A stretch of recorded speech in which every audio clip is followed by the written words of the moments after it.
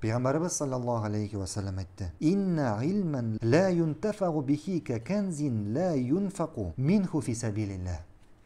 Шынлыкта гыйлем туплап, аны башкаларга таратмаган кеше мал мөлкәт җыеп, аны Аллаһ юлында сарыф итмәгән кешегә тиң. Мал мөлкәт җыеп, аны Аллаһ юлында сарыф итмәгән кешегә тиң. Кемдер уйлый, гыйлем тарату өчен ниндидер зур галим булырга кирәк дип. Я инде ниндидер иман булырга кирәк дип, имам. Я инде муфти булырга, мухтасиб булырга кирәк дип. Юк. Юк. Бу хадис бар кешегә дә кагыла. Бу хадис бар кешегә дә кагыла. Ишеттең икән ниндидер дәрес. Гыйлемнән нидер алдың икән, сөйлә аны башка кешеләргә, дусларыңа, туганнарыңа. Ишеттең икән бер хадис. Шулай ук җиткер аны хатыныңа, балаларыңа бу хадисне.